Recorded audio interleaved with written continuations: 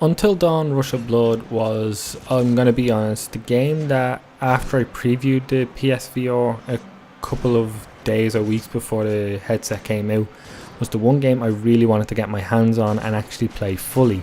And now that I have, it's a fun enough on the rail shooter game that relies very heavily on jump scares that ranges from surprising and scary to the sense that I can appreciate to just annoying and kind of just makes me stop playing. And that's kind of disappointing because the game is it's probably less than 2 hours long and there's very little replay value, but it's an interesting concept. The only problem is the fact that they used the Until Dawn license meant nothing to the game really. They have some characters from the game, but it didn't matter.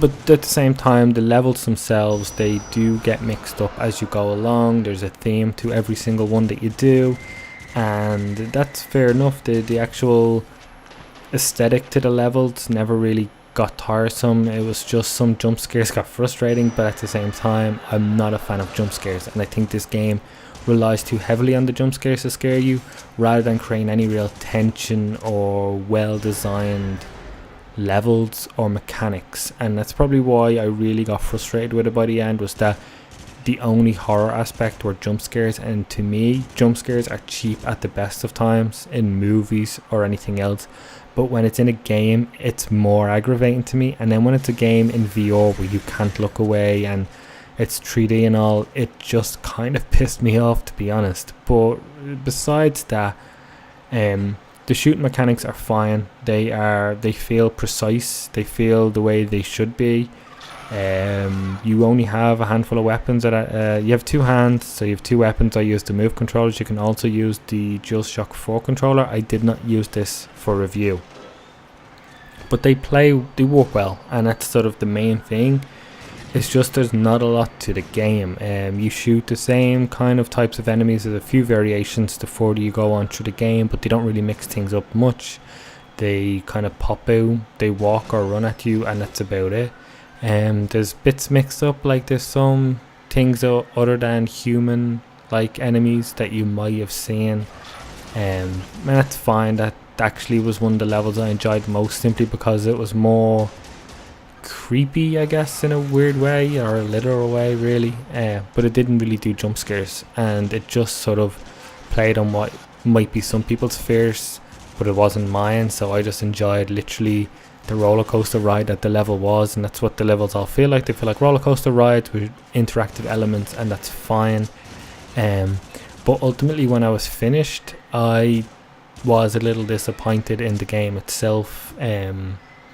It was sort of the game I really wanted to play, because from the preview I had of it, it was everything I wanted sort of a horror type on the rail shooter to be, and it didn't play out that way. It just sort of stayed one note and relied on things that annoyed me. But other than that, if you have a PSVR and you want a shooting game, this is, even though it's only about an hour and a half long, it's one of the more feature rich VR titles out there, which is crazy to think that the game only lasts as long as it does, and it has some of the most content. Like one of my favorites was a game called Pixel Gear, but as far as I can remember, that was 3 levels and that was it, and you just change difficulty. You can change difficulty here. There's collectibles, there are secrets, and there are multiple paths, but apart from that there's not a lot else to it. So it's a fine PSVR launch title.